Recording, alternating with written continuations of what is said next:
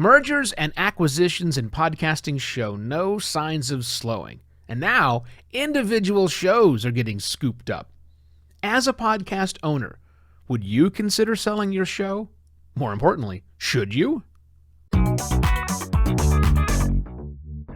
Hello and welcome to another Podcast Pontifications with me, Evo Terra.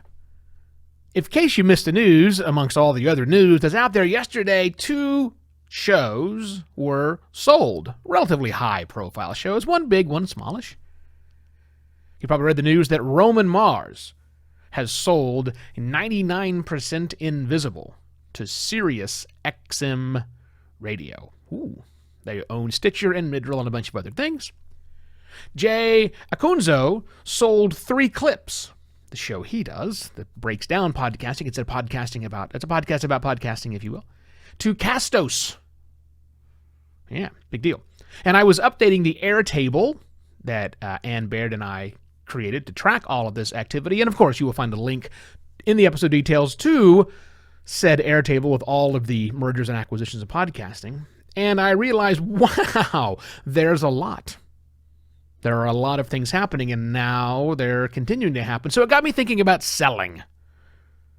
Specifically around the question, should you sell your podcast? If someone comes a-knocking and says, I would like to buy your podcast, should you sell it? Yes. Show's over. No, I'm kidding. Show's not over. I have more to say about that one. But yes, I think you should at least entertain the offer. There's no such thing as selling out. Only the possibility of selling too cheaply.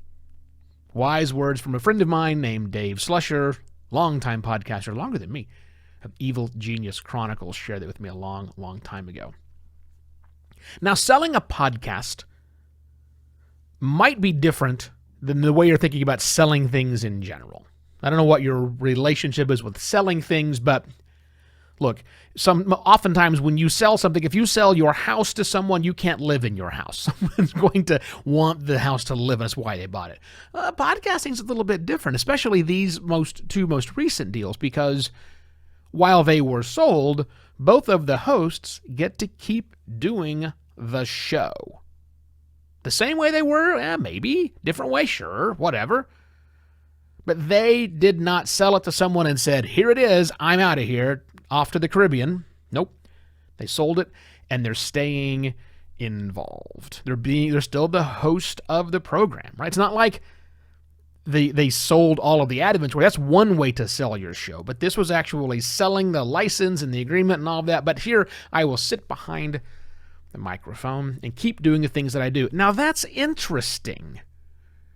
That's getting all of the support behind you, but you can still continue to do the things that you want to do. And I'll have links to both of the articles that both Jay and Roman put out that explain why they did that and what they're looking forward to.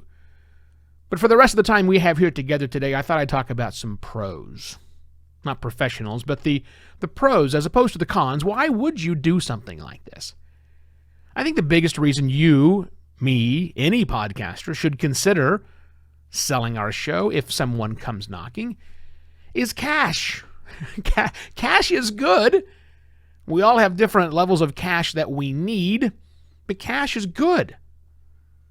In fact, Roman got enough cash to let him kick in at least $1 million back to his old company, PRX, over the next 4 years.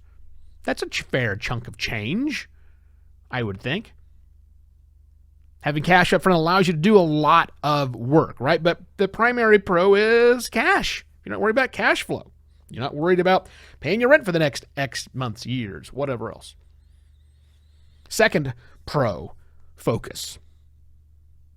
See cash, by the way, on why you are allowed to focus, but really focusing when you've sold it to someone and you're still the host means you can double down and do the things you wanted to do with your podcast in the first place. And then lean on your partner, owner, whatever they're called, to do the things that you don't want to do. Maybe sell inventory, maybe do all the marketing. Who knows what it is you don't want to do, but you now have the focus because you no longer have to do everything. Now you can focus in on just the parts that got you jazzed about doing the show in the first place, or that you discovered during the show's evolution, these are the things you want to do. Because of that cash, now you have the focus, and also because of the business partners, you now have the focus to stay doing just the things you want to do. Third pro, you have access to the future. Here's what I mean by that. You see, most deals for acquisition of a show have some sort of either an end date or a renewal date, not to where the rights revert back to the original owner, although I guess that's possible, but typically where the host, you, would get to duck out after 6 months, 6 years, whatever the time frame is. It's up to the two of you whether or not you want to continue on, right? Having that date out there, having a definite end date written down on a contract makes you think about the future. It makes you think what you're going to do after this. A lot of times podcasting can feel a little bit like a weight that's constantly dragging you down because it's a thing I have to do every day or week or month or whenever you put your show out with no end in sight because that's the podcast you've structured. This changes that. You can now focus on that end date. It gives you some sort of a sense of accomplishment already because you've made one major milestone, or maybe more before that, but at least this one big one of selling your content. Now you're looking forward to this next milestone when your contract is over, so you can start thinking about what's next for you. And of course, with anytime there are pros, there are cons, right? And I don't want to dwell on the cons because there are many of them, but I think the biggest one that all boils down to is that you're no longer the sole decision maker. When you sell your show and stay in the hosting seat, you got a job. You have a job, or at least you have a boss or a partner who's making decisions along with you. It's not just all about you. But again, cash, focus, future, I think I might trade some of those things. In fact, would I take my own advice? Absolutely. You bet. The ability to focus really deeply on what really jazzes me about this kind of stuff and thinking about the future, all of that makes really good sense. Should you? Well, again, I think you'd be foolish not to at least entertain the offer. Doesn't mean you have to do it, but at least have the conversation and start thinking about future, or cash, and focus, and future. And this is normally the part of the show where I say, share this article with a friend, although maybe instead this time, you should share this article with a company or a firm who you think might be interested in acquiring your podcast. And since no one is offering to buy me or my podcast, you can at least buy me a coffee over at buymeacoffee.com/evoterra. Thanks. That's it. I shall be back tomorrow with yet another podcast Pontifications. Cheers.